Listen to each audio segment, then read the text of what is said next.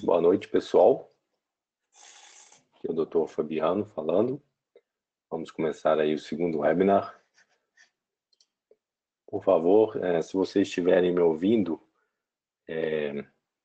sinalizem aí com as perguntas que estão me ouvindo, para eu saber que vocês estão me ouvindo.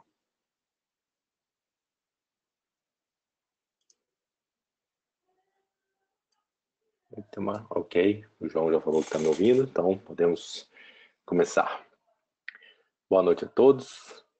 Vamos iniciar nosso segundo webinar sobre WKO5. Meu nome é Fabiano Araújo, sou médico do esporte, trabalho aí com esporte e resistência há mais de 10 anos, na preparação física de atletas, todo esse processo de coleta de dados, monitoramento, venho acompanhando toda a história do WKO, da Training Peaks, praticamente desde o seu início.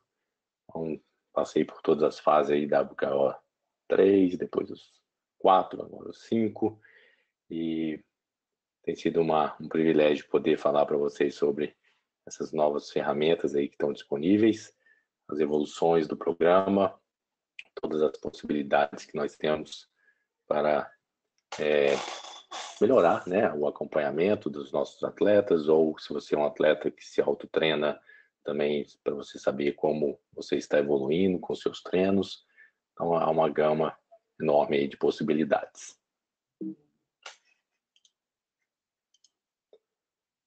Mais uma vez, se alguém tiver alguma pergunta, eu normalmente tento responder ao longo da apresentação, se a pergunta faz sentido em relação ao que eu estou falando.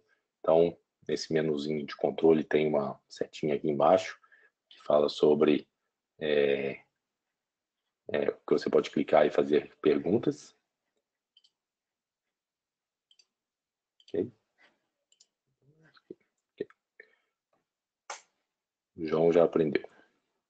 Bom, então hoje vamos falar sobre personalização do treinamento com WKO5.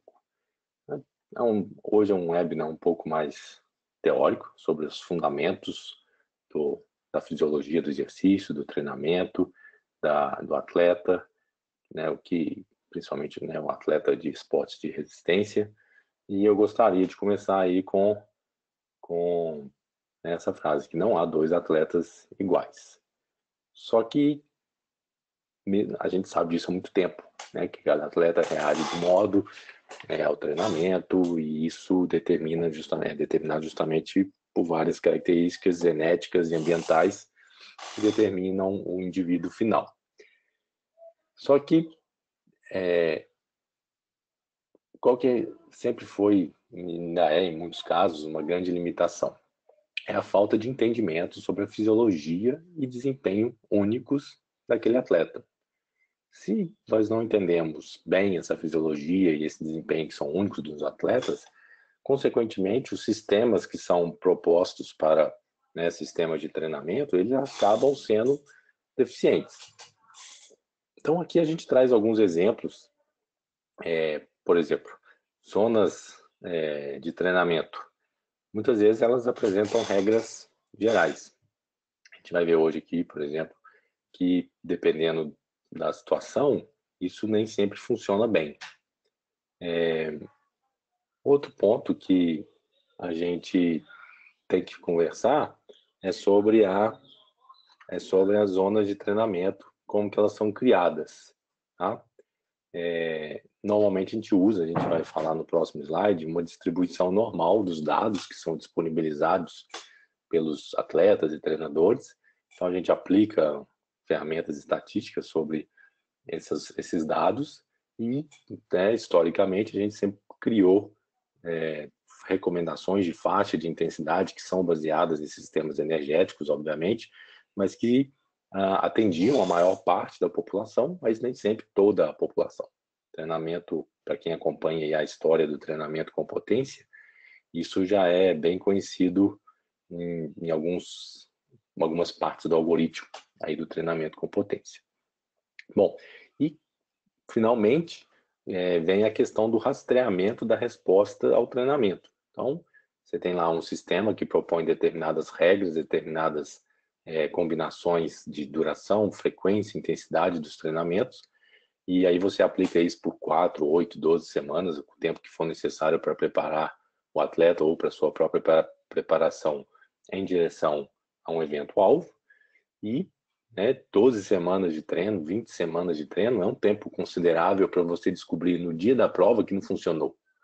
E isso muitas vezes acontece porque nós temos lentes limitadas de treinamento, de acompanhamento desses treinamentos, ou seja, a gente não consegue ver tudo, como que o atleta está respondendo a a sua metodologia que você está propondo, para que, obviamente, você diminua o erro ou altere o caminho, caso você detecte que não está funcionando mais precocemente, ou se estiver funcionando, mantenha no caminho de que está funcionando, justamente para você chegar no evento-alvo com a resposta que você quer, o melhor desempenho daquele atleta dentro das possibilidades e da genética dele para uma preparação física em relação a um evento-alvo.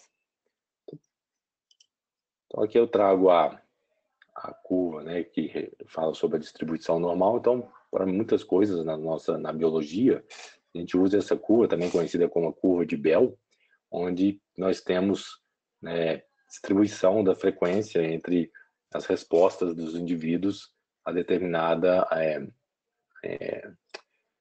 alteração sobre, por exemplo, seu treinamento. Então, muitas vezes, a maioria desses indivíduos respondem aqui nesse meio, que a maioria é uma resposta mais comum. Depois a gente começa a ir para as extremidades, tá? E aí que começam a aparecer muitas vezes os problemas, esses grupos de indivíduos que estão um pouco fora do centro, ou muitas vezes muito fora do centro. E aí, quando a gente aplica regras funcionais gerais, nem sempre essas regras funcionam bem, porque ela não foi feita para esse grupo das extremidades. Então, o que a gente tem tentado nos últimos anos é justamente criar modelos que sejam mais individuais, que realmente trabalham com os dados do indivíduo e que permitam responder as perguntas não só para os indivíduos do meio, mas também os indivíduos das extremidades e, obviamente, potencializar seus principais pontos fortes ou reconhecer mais rapidamente quais são os seus limitadores, para que a gente não perca muitas vezes tempo fazendo coisas que não dão um resultado ou que a gente gaste mais energia fazendo intervenções que deem mais resultado para aquele atleta. Então, com essa discussão em mente, a gente chega nesse slide, o treinamento personalizado. Ou seja, é uma metodologia que trabalha com a fisiologia única do atleta e que permite diagnósticos precisos de quem é o atleta naquele momento. Com esse diagnóstico, eu consigo fazer uma prescrição do treinamento personalizado, porque eu sei quem é o meu atleta e onde ele é bom e onde ele não é bom. E talvez um dos pontos tão importantes quanto é a análise do desempenho. Fiz o diagnóstico, fiz um treinamento. Como que isso modificou o meu desempenho? Se eu consigo fazer sempre esse círculo de 3 etapas, obviamente que eu vou melhorar a eficiência e a eficácia do meu treinamento, que é sempre o nosso grande objetivo.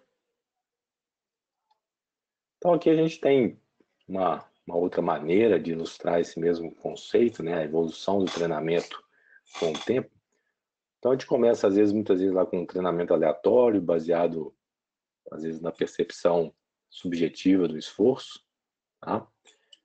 Então, hoje eu vou treinar forte, hoje eu vou treinar leve, mas é uma ferramenta mais, vamos dizer, que é uma boa ferramenta, basicamente você está usando sua percepção do esforço. Aí tentamos melhorar isso, partimos para um treinamento mais generalizado, usando zonas, ou níveis de esforço. Esses níveis de esforço e essas zonas atendiam, enquanto a gente não tinha ferramentas talvez mais precisas.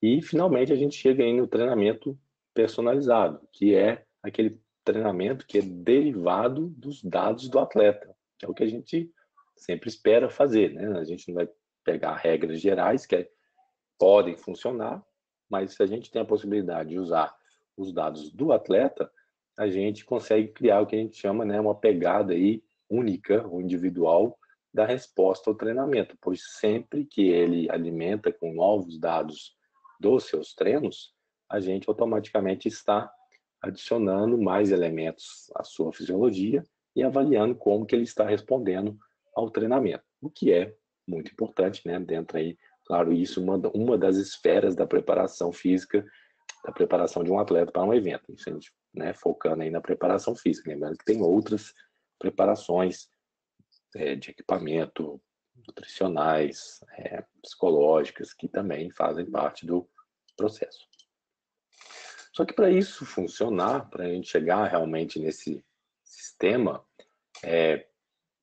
e para facilitar o processo de análise, é importante ter um modelo do desempenho humano, de preferência com alta precisão, pois com esse modelo nós conseguimos criar métricas e análises objetivas que realmente respondem, né, ou irão tentar responder as nossas perguntas sobre treinamento personalizado.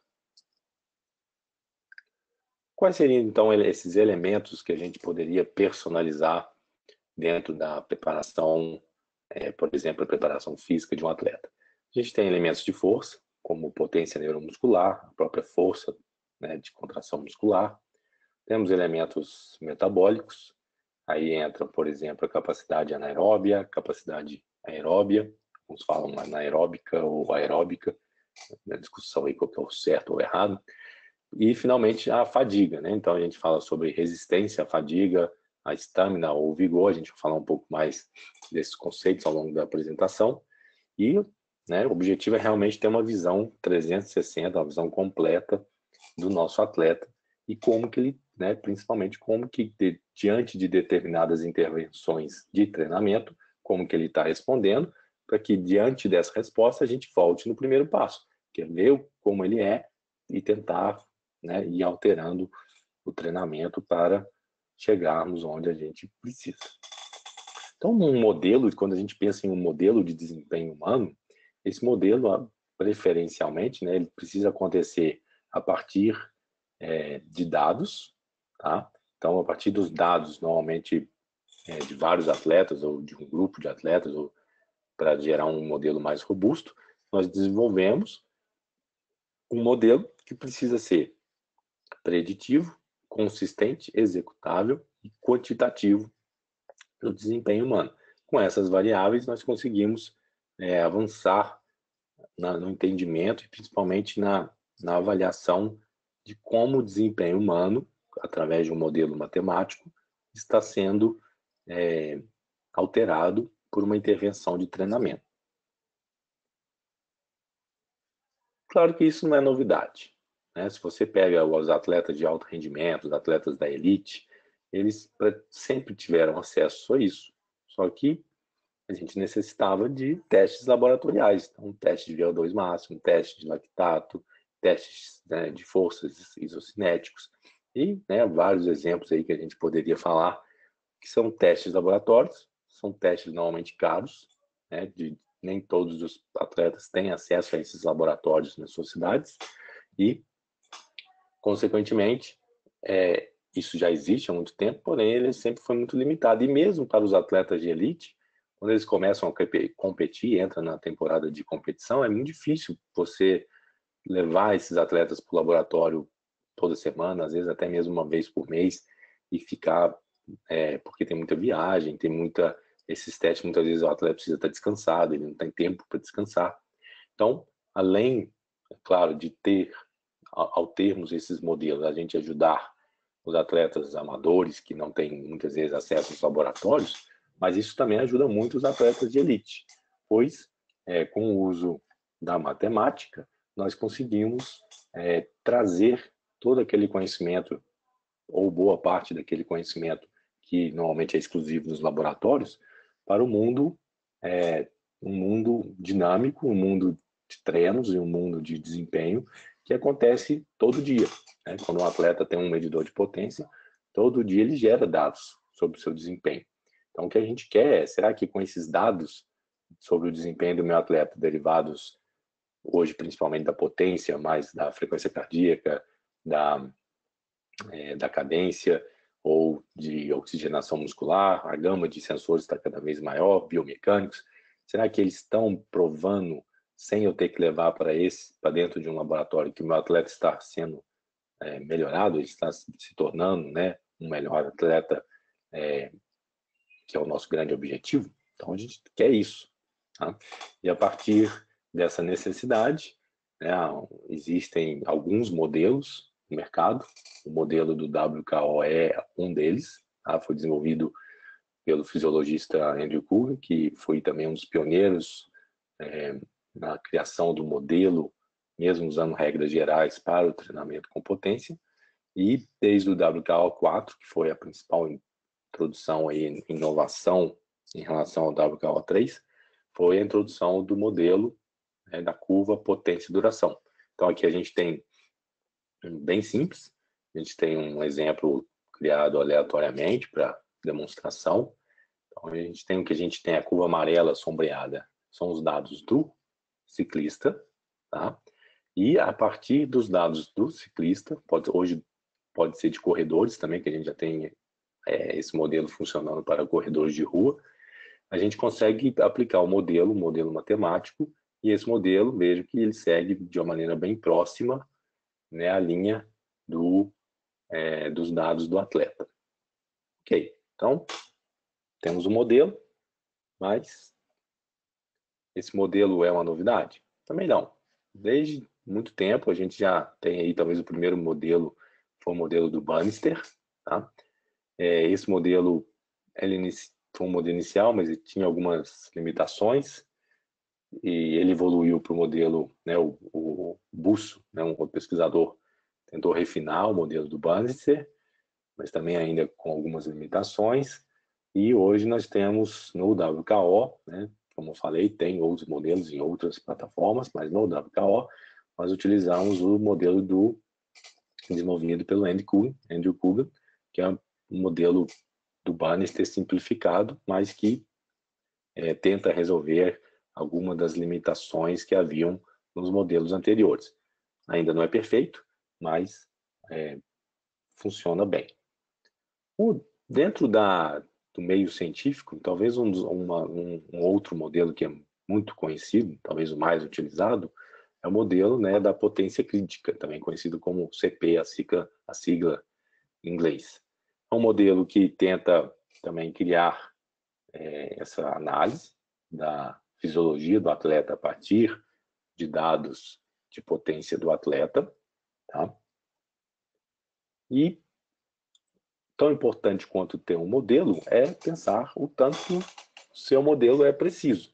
Então aqui a gente, na verdade, quem fez essa comparação foi o próprio Andrew Cougar, tá? A gente pensa, existem ferramentas estatísticas que tentam mostrar a precisão desse modelo em relação aos dados que estão alimentando o modelo. Então, se eu pego uma determinada duração e calculo pelo modelo qual deveria ser, por exemplo, a potência, quanto mais preciso esse modelo, mais menor o erro. Que aí a gente compara o que a gente chama de raízes dos quadrados médios do erro. Então começa a entrar muito num lado estatístico, que não é o objetivo dessa apresentação, mas Andrew Cougar pegou os modelos que são publicados aí na literatura, vários modelos, como vocês estão vendo aqui nessa tabela, e fez o mesmo cálculo e comparou com o modelo do WKO. Então, a gente não tem acesso a essas contas, a esses modelos, pois o do WKO mesmo ele não é publicado na literatura por questões comerciais, mas pelos cálculos do Andrew Cougar, o modelo do WKO parece ser atualmente um dos mais precisos, pois quanto menor o erro, mais próximo de zero, mais perfeito é esse modelo. No final das contas, à medida que todas as plataformas forem evoluindo, a tendência é que a gente chegue nos mesmos modelos, pois a fisiologia humana é uma só. Ok. Então, se nós temos agora um modelo que aparentemente tem uma alta precisão, a gente consegue o quê? Pegar os dados do atleta em atividade, tá? Então, a fisiologia do atleta está aqui, ó, com seus vários componentes, né? É uma fisiologia complexa, a gente não pode subestimar a complexidade dessa fisiologia, mas é ela que vai, né, através da análise dos seus vários elementos, determinar a saída do sistema, né, o desempenho desse atleta. Só que agora nós temos um modelo. Nós podemos pegar esses dados do atleta, treinando todo dia, e compreender melhor a sua fisiologia, vou mostrar daqui a pouco como, para que, entendendo melhor a sua fisiologia, a gente utilize a própria fisiologia do atleta para como treiná-lo mais especificamente, de acordo com seus objetivos, que vai variar muito de atleta para atleta, de acordo com a sua genética, de acordo com o ambiente onde ele mora e outras variáveis.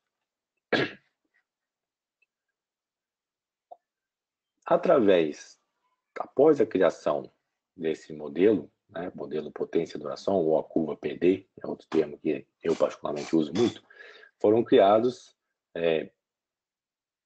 4 possibilidades dentro do universo aí da fisiologia do exercício. A primeira dela que nós vamos falar são as métricas fisiológicas, novas métricas que surgiram. Depois, os high levels, que são zonas de treinamento personalizadas. A partir dos high levels e do modelo potência-duração surgiu a criação de intervalos otimizados, derivados dos dados do atleta. E, finalmente, analíticas avançadas, que vou deixar para o final. Então, vamos começar com essas novas métricas fisiológicas.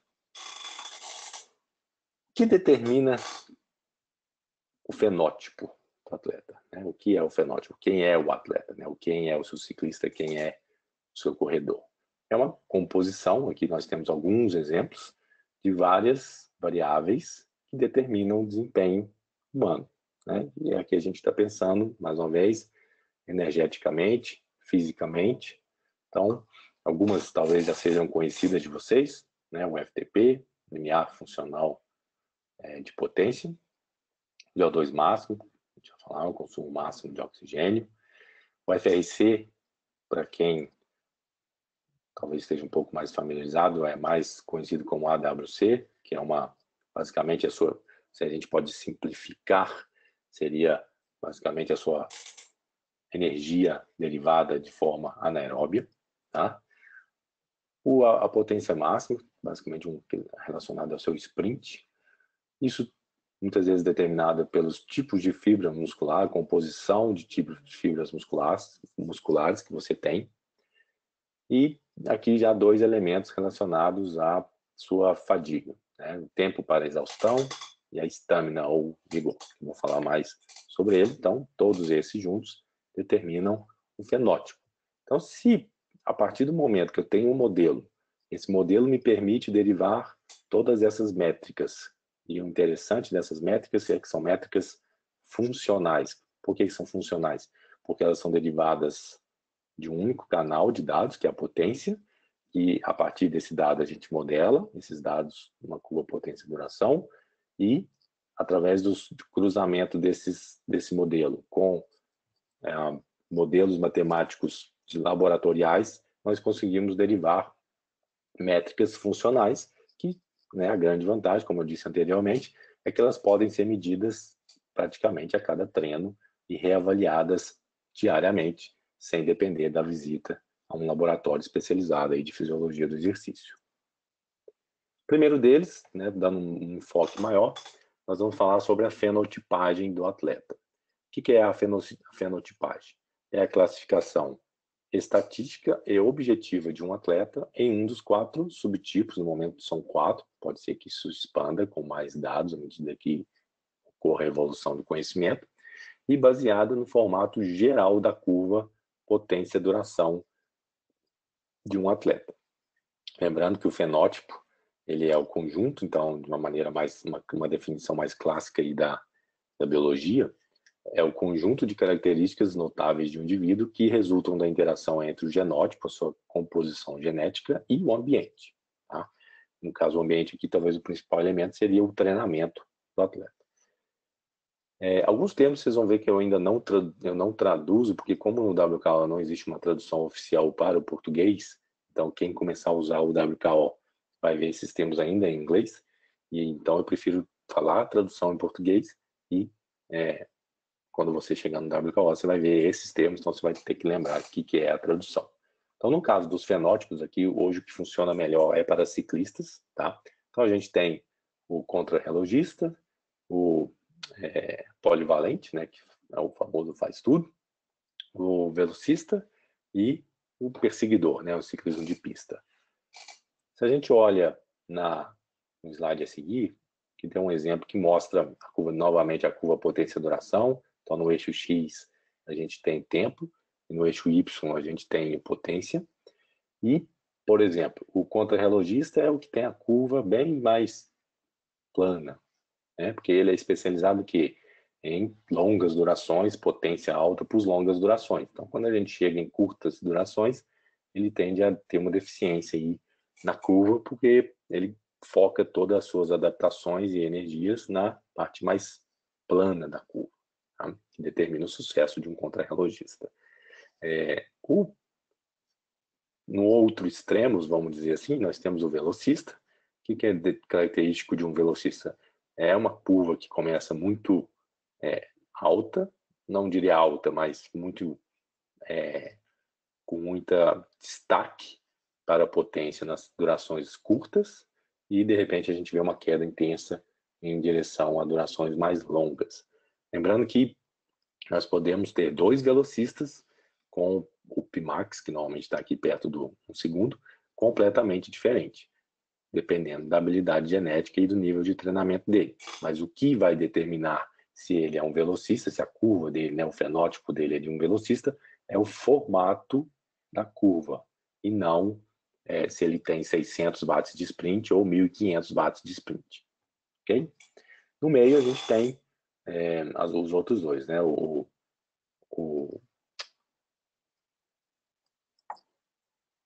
polivalente, que é o verdinho, então ele tem uma distribuição mais intermediária para todas as durações, e o perseguidor, que normalmente ele tem uma evidente também, uma potência e uma resistência à fadiga em durações curtas, mas suficientes para o que ele precisa para as provas que ele compete.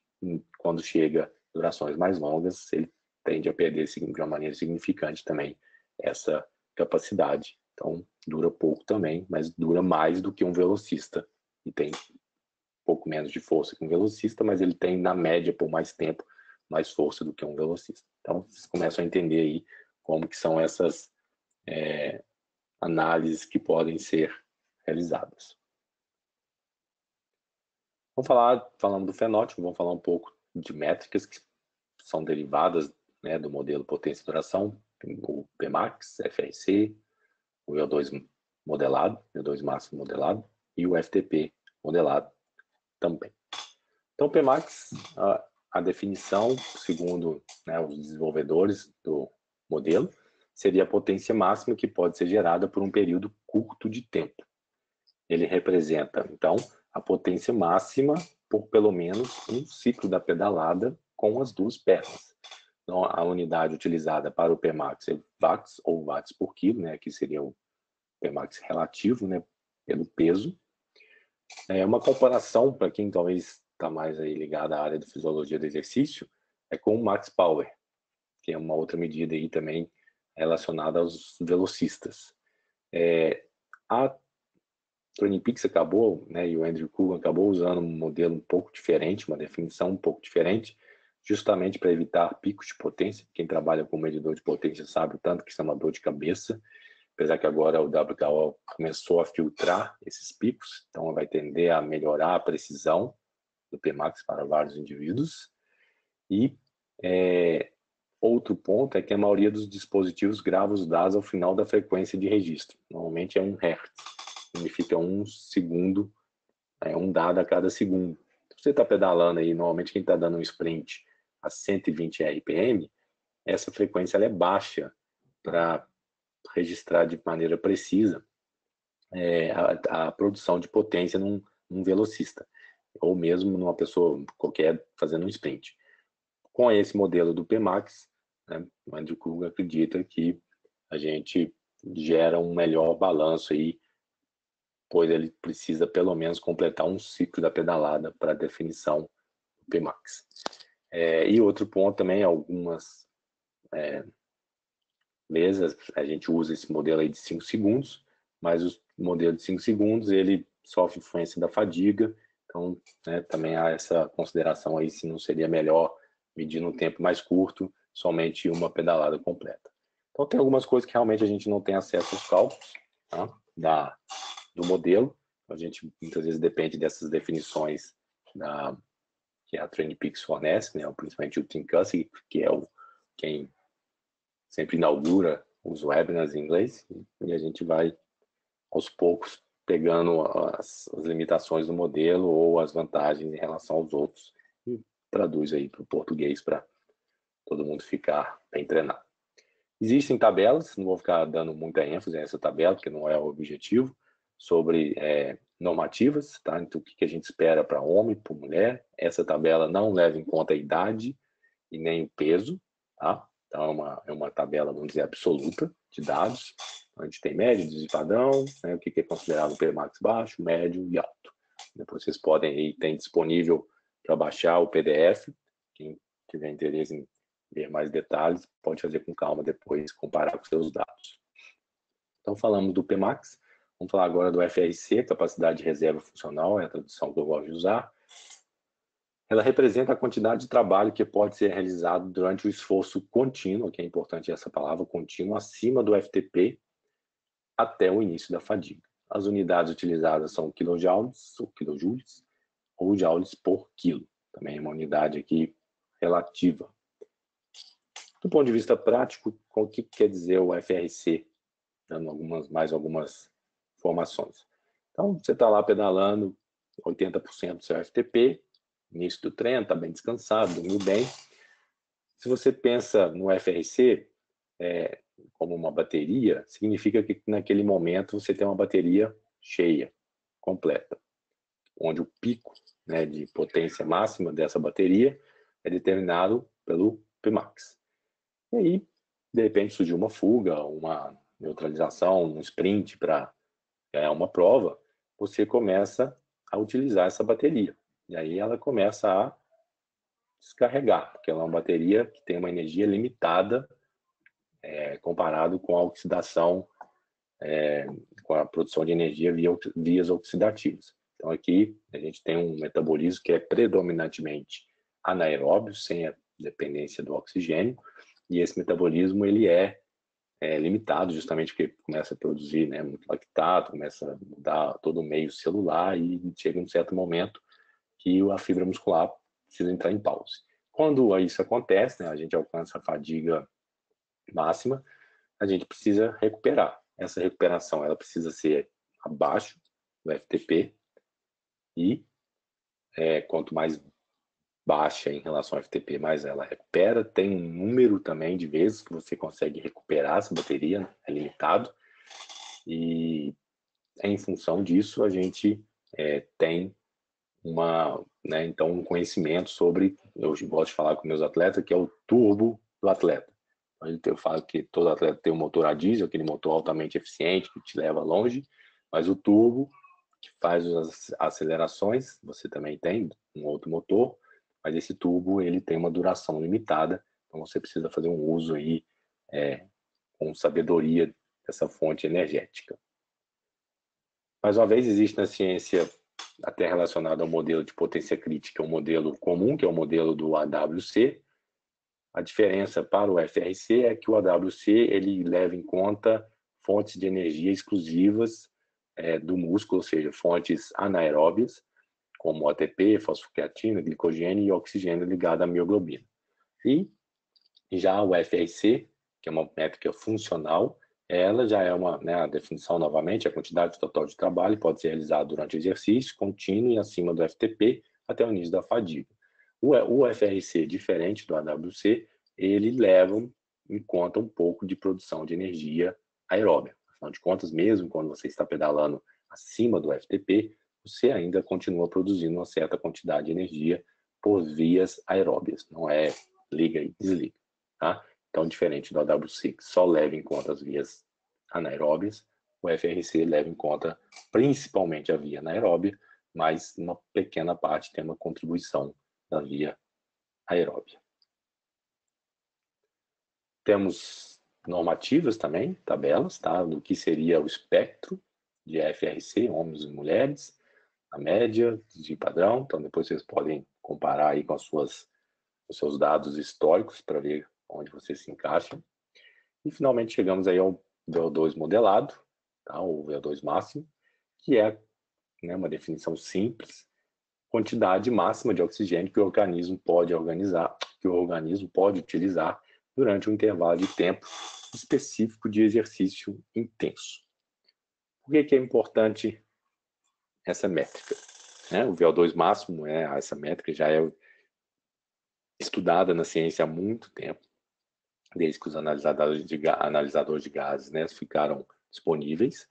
E, né, segundo, né, até o Dr. Andrew Krugman, de novo, aí, da sua palestra sobre o VO2 máximo, o VO2 máximo é a melhor medida global da aptidão, né, nível de condicionamento cardiovascular, e determina um limite superior para a produção de energia. Né? Nossa moeda de troca de ouro é o ATP, ela que gera toda a energia, via metabolismo aeróbio, isto é, respiração mitocondrial. Com essa visão, possuir um VO2 elevado é necessário, mas não é suficiente para ser um atleta de elite em esportes de resistência. Então, se você quer rastrear a sua aptidão cardiovascular, o seu potencial como atleta e a alteração do seu VO2 com o tempo, agora você tem uma métrica simples, derivada da curva potência e duração, com um erro na mesma faixa que uma medida que é de 3 a 5%, que é uma medida do mesmo VO2 em laboratório. Então, nenhum método é perfeito. O VO2 máximo derivado da curva potência e duração também não é perfeito, mas o erro é muito próximo do mesmo erro que se tem da medida quando se faz um teste laboratorial. Então, vale a pena aí rastrear como parâmetro de evolução do atleta. Limiar funcional de potência, né, o FTP, para quem já trabalha com ou treina com potência há mais tempo, conhece bem essa sigla, né? Talvez seja a sigla mais famosa dentro do treinamento com potência. E, historicamente, a gente usava os testes lá propostos no livro do Kugan para definir o FTP. Então, tinha aquele tiro de 5 minutos, depois tinha um descanso, um tiro de 20 minutos, descontava 5% desses 20 minutos e a gente usava 95% do tiro de 20 minutos para a definição do FTP. Com esse FTP, a gente definia as zonas de treinamento gerais, que foram as primeiras a serem propostas. Então, agora a gente consegue derivar esse FTP a partir da curva de potência e duração, que representa o quê? A maior potência que um atleta pode manter em estado quase estável, sem fadigar. Lembrando que muita gente assume que esse valor é o valor por 1 hora, e isso não é correto. O correto é o FTP, ele pode ser mantido entre 30 a 70 minutos, dependendo do TTE, que a gente vai falar daqui a pouco, do atleta. Tempo para exaustão. Novamente, temos a normativa do FTP, tá? Entre homens e mulheres, não está, mais uma vez, relacionada ao peso, nem idade. Tá? E, né, quando a gente pensa no sucesso do atleta, a gente não pode negligenciar essa frase, que o limiar funcional de potência, FTP, né, muito similar ao limiar de lactato, é o melhor, porém não é o único, assim como o VO2, né, indicador de desempenho físico. Então, se você tiver que escolher uma daquelas métricas para investir, né, na sua preparação física, o FTP é, sem dúvida, o mais importante, mas não é o único. Outras métricas que foram derivadas da curva potência-duração como modelo são tipo de fibra muscular, TTE e estamina. Vamos falar um pouco sobre elas. TTE, tempo para exaustão, é uma tradução, tá? Mas a sigla mantém em inglês. É a duração máxima na qual uma potência igual ao FTP pode ser sustentada. Bem simples a definição. Lembrando que Com relação ao TTE, a gente sempre tem duas possibilidades. Toda vez que a gente, né, faz um treinamento para aumentar o FTP, com o objetivo de deslocar a curva potência-duração para cima, o TTE tende a cair, porque, né, o modelo foi atualizado. E aí, né, depois que você conseguiu subir a curva potência e duração para cima, você pode fazer a próxima passo, que é tentar deslocar a curva para a direita. E deslocando a curva para a direita, você está estendendo o TTE. Então, é o treinamento para estender a duração máxima que uma potência igual ao FTP pode ser mantida. Isso é importante para atletas de Ironman, ultramaratonas, provas mais longas aí que necessitam de um TTE mais bem treinado. A estamina, ou vigor, é uma medida da resistência à fadiga durante o exercício prolongado, moderado e abaixo do FTP. A unidade utilizada é o percentual do máximo, 0 a 5%, e a maioria dos indivíduos ficará entre 70% e 90%. Também é uma medida importante para atletas de provas de longa duração. Talvez a representação visual talvez seja mais fácil de entender o que é a estamina. Seria, então aqui a gente tem a linha na horizontal, seria o limiar, e uma linha inclinada que seria, né, o modelo, e a estamina mede a diferença. Não há uma duração específica, mas ela mede a estamina, a taxa de queda do modelo a partir do limiar. Quanto mais alta a estamina, menor essa taxa de queda.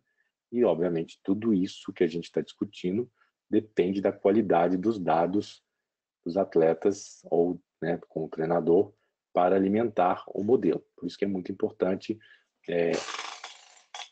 a manutenção, né, da curva potência-duração com dados dos atletas de tempos em tempos. Tem dois modos de fazer isso, que é com testes formais ou com testes informais. Inclusive, deve ter um futuro webinar sobre isso, onde eu vou falar sobre isso.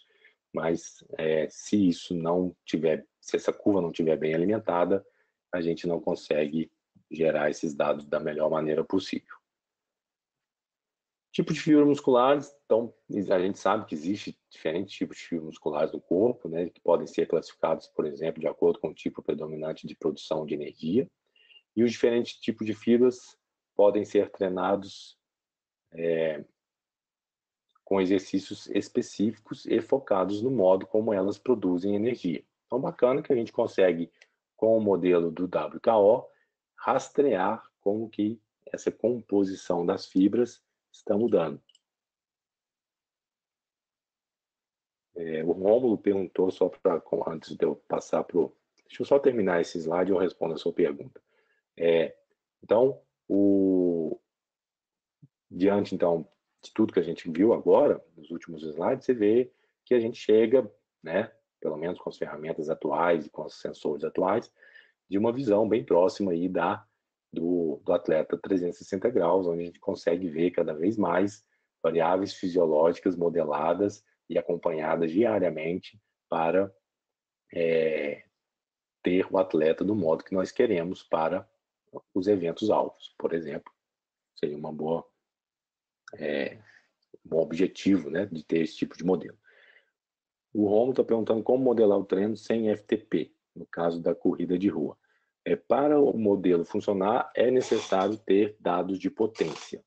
Atualmente, nós temos medidores de potência que funcionam bem com WKO, principalmente para ciclistas, e nós temos também, né, há cerca de 3 anos, uma empresa americana já lançou um medidor de potência para corrida, e esse medidor tem permitido modelar os dados, né, a fisiologia do corredor de rua no WKO5, e a partir disso derivar as mesmas métricas que a gente sempre já deriva para ciclistas aí há mais tempo.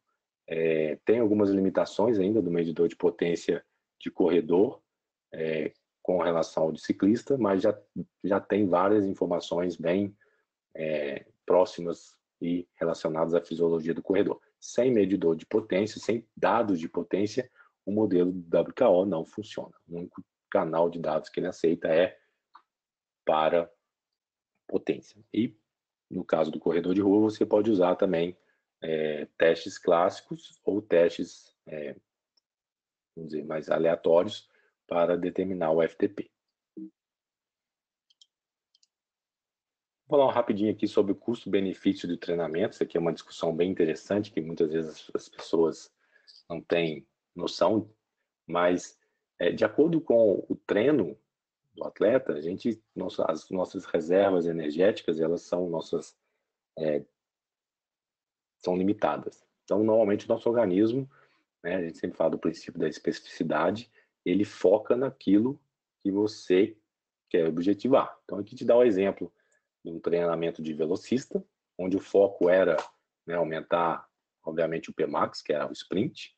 Então, fez lá tempo de treino, 4, 8, 12 semanas, a gente observa que realmente que o Pmax aumentou, mas em detrimento de uma queda no FTP e no TTE.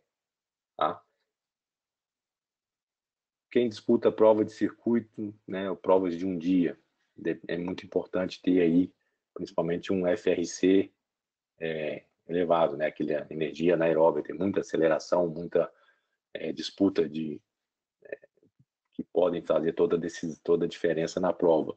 Então, mais uma vez, o atleta faz o trabalho de treino, algumas semanas, olha como o FRC aumenta, mas em compensação, tem uma pequena queda do FTP e uma queda talvez considerável aí de TTE, que as energias vão sendo designadas para onde é mais importante. Treinamento de mountain bike, né, o XCO, que também tem muita explosão, depende muito de um FRC alto, de um VO2 alto. Mais uma vez, o atleta faz o treino específico, tem as respostas para aquelas modalidades energéticas, mas perdeu um pouco na resistência aí no tempo para exaustão em relação ao FTP, apesar do FTP não ter mudado tanto. Treinamento de contra-relógio, né? Muito importante o que? FTP, VO2. Treina, os dois respondem, FTP e VO2, mas olha quem deixou de melhorar ou até mesmo caiu. Explosão. A gente viu lá na curva do contra-relogista, né? Ele tem realmente um sprint mais baixo. Tudo isso vai sendo monitorado com o WKO. Então, falamos sobre as metas, vamos falar agora sobre os high levels e os intervalos otimizados, eles vão mais ou menos juntos. Os modelos clássicos de treinamento, né, inclusive começaram, né, as zonas lá atrás com o Joe Friel e outros, usavam, né, uma única curva de variação da produção de potência. Só que quando a gente criou o modelo e começou a carregar os dados de vários ciclistas, e isso já era conhecido por algumas pessoas, não funcionava bem os níveis clássicos de zonas de treinamento, principalmente acima do FTP, e isso foi provado com o modelo, de uma maneira mais visual, que realmente havia muita variação entre os atletas nas durações mais curtas de potência. Então a gente realmente precisava de um novo modelo de treinamento, de zonas de treinamento que levasse isso em conta. Então, depois de praticamente um ano aí de desenvolvimento, foi proposto os high levels. O que seriam os high levels? Né? Seriam os meus níveis, né? A tradução livre, ou as minhas zonas de treinamento. Então, aqui a gente tem, antes de mostrar a diferença do high levels, a gente tem o João, ciclista, e a Maria, os dois com FTP muito próximo. Tá? Se a gente olha, né, pelas zonas clássicas, as zonas deles de treinamento são muito próximas. Afinal, era a mesma regra para os dois. Mas quando a gente olha a curva potência-duração do João e da Maria, até que elas são bem similares, né? A curva do João aqui, da Maria aqui. Mas será que eles são iguais? Vejam já uma primeira diferença que o Pmax do João está aqui, perto dos 900. Da Maria está lá nos 700. Se a gente reproduz os mesmos dados usando a mesma escala, sem ajustar a escala igual está aqui, o que a gente observa? Que a curva do João fica faltando um pedaço. Ou seja, o João, apesar do formato da curva ser parecido com o da Maria, ele tem uma parte da curva bem diferente da Maria. Então, a gente precisa de um modelo mais apropriado. Foi aí que surgiu os high levels, que utilizam a curva potência-duração, principalmente perto do FTP e acima do FTP, em durações mais curtas, para garantir uma intensidade individual nos treinamentos, principalmente aí nos treinamentos intervalados. E aí, aqui a gente apresenta nesse slide os high levels. Dando um exemplo. Então, João, você olha lá o FTP, até próximo da Maria também, né? Porque abaixo do FTP, se você olha as zonas, não muda tanto, tá? Mas quando a gente olha, por exemplo, para treinar explosão, FRC, né, a capacidade anaeróbia, ele varia de 419 watts a 574. 574 para um intervalo mais curto, 419 para um intervalo mais longo. E já a Maria, 390 a 465. Então é diferente. E olha como muda também a duração dos intervalos da Maria, né, que ela pode fazer. Mas ainda assim havia uma limitação. Tá? Antes de falar das limitações, vamos falar então dos benefícios dos high levels. Então, volta naquela nossa conversa, né, o diagnóstico, planejamento, monitoramento. Através do diagnóstico, a gente faz o fenótipo, reconhece os pontos fortes e os limitadores do atleta, vê as suas necessidades específicas, planeja, né, os treinos, levando em conta a especificidade do indivíduo, os objetivos, e além disso a gente tem uma nova linguagem para conversar com o nosso atleta. E finalmente no 3 a gente monitora, né, como que isso está funcionando. Então, micro mudanças na aptidão, tudo isso vai ser detectado pelo tanto a curva potência e duração quanto high levels. A gente pode fazer uma análise da dose e resposta e também estimativas de desempenho em função do modelo. Ou seja, a gente realmente consegue chegar um nível mais próximo aí do treino perfeito individualizado. Só que o high levels ainda tem uma limitação, ele é descritivo, não é prescritivo. Então, por causa dessa limitação, tá? Justamente pelo fato ainda dos high levels serem um pouco amplos para uma otimização completa da prescrição de intervalos, a gente começou a estudar pontos específicos de adaptação ao esforço para que a gente conseguisse ser ainda mais específico. Esses pontos eles são localizados na curva potência e duração. E da onde eles vêm? Eles vêm desse famoso diagrama aqui que fala dos sistemas energéticos. Então, no eixo X a gente tem o tempo, e no eixo Y a gente tem a contribuição percentual de cada um. A gente começa lá de uma maneira bem simples, basicamente com os ATPs dentro do músculo, metabolismo anaeróbio, dependente aí principalmente da glicose, e metabolismo oxidativo, né, aeróbio, depende de glicose e ácidos graxos. E à medida que, obviamente, que o tempo vai passando, a gente tem, né, uma mudança na contribuição desses sistemas, tá, representada aqui pelas estrelas. A gente tem dois pontos importantes. A contribuição máxima, né, o momento de contribuição máxima, que são, né, o pico das estrelas, e os momentos de transição entre os sistemas energéticos. Tudo isso é muito, né, avançado, fisiologia complexa de fisiologia do exercício. Mas, né, graças ao trabalho de vários fisiologistas, e nesse caso aqui, né, quem contribuiu muito foi o Dingolage, também, um treinador americano, a Training Peaks facilitou esse processo para os treinadores, ou para os atletas que se treinam. Então, ele criou o que a gente chama de intervalos otimizados. Então, para todas aquelas, principalmente intervalos acima do FTP, FTP, FRC e o Pimax, eles têm, né, uma nova nomenclatura aí de tipos de intervalos ou que afetam determinados sistemas energéticos. Vejam que muitas vezes é simultâneo, afeta tanto o FTP quanto o FRC, depende da duração e da intensidade, número de repetições e tempo na zona e da recuperação entre os intervalos. Então, baseado mais uma vez na curva potência e duração do atleta, o WKO5 fornece toda essa individualização dos intervalos para que a gente ofereça um intervalo realmente o mais específico possível para o atleta. E a grande vantagem, né? À medida que ele vai avançando e vai mudando a sua curva potência e duração, esses valores vão sendo atualizados para refletir a nova fisiologia do atleta.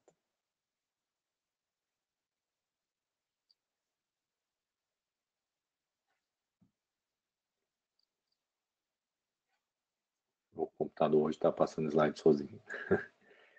Dando um exemplo, novamente comparativo, vejam aqui, voltamos lá no João e na Maria. Esses intervalos aeróbicos máximos, são os intervalos típicos aí para treinar o VO2, tá? A potência no VO2. E vejam como que, por exemplo, a Maria ela tem um intervalo mais curto, recomendado mais curto, comparado com o João, que é mais longo, 5 minutos. As faixas de potência, até que nesse caso, são próximas, mas são um pouco diferentes. E, obviamente, que as respostas ao treinamento da Maria com essa duração são diferentes do João, que precisa de uma duração maior para estressar de maneira eficaz o seu sistema aeróbio máximo e, consequentemente, continuar evoluindo. Como que ele vai usar esse número de repetições e o tempo em zona vai depender do atleta. Então, começa com um número menor aí de repetições e vai avaliando como que seu atleta ou você mesmo está reagindo a essas repetições. Com isso, você consegue progredir, né, fazer uma progressão em direção a um treinamento máximo específico daquele sistema energético, que é o que a gente quer com o treinamento. Ok? Bom, esse é o último slide. Tem uma hora aí que eu estou falando. Analíticas avançadas. Essas analíticas avançadas nós vamos falar nos próximos webinars. Já tem, se eu não me engano, mais 2 programados para janeiro, tá? Em breve eu vou postar lá na minha página da FCA Esportes no Facebook e espero que vocês se juntem a nós novamente, convidem aí outras pessoas que podem estar interessados. Estou olhando aqui, não tem mais nenhuma pergunta me aguardando, então acredito que com isso eu possa terminar o webinar. Agradeço a atenção de todos, espero que vocês tenham aprendido bastante sobre esse mundo fantástico da fisiologia, do exercício e o modelamento a partir de dados dos atletas, e nos vemos no próximo webinar, que vai ser tão interessante quanto os 2 primeiros que nós já tivemos. Boa noite para todos.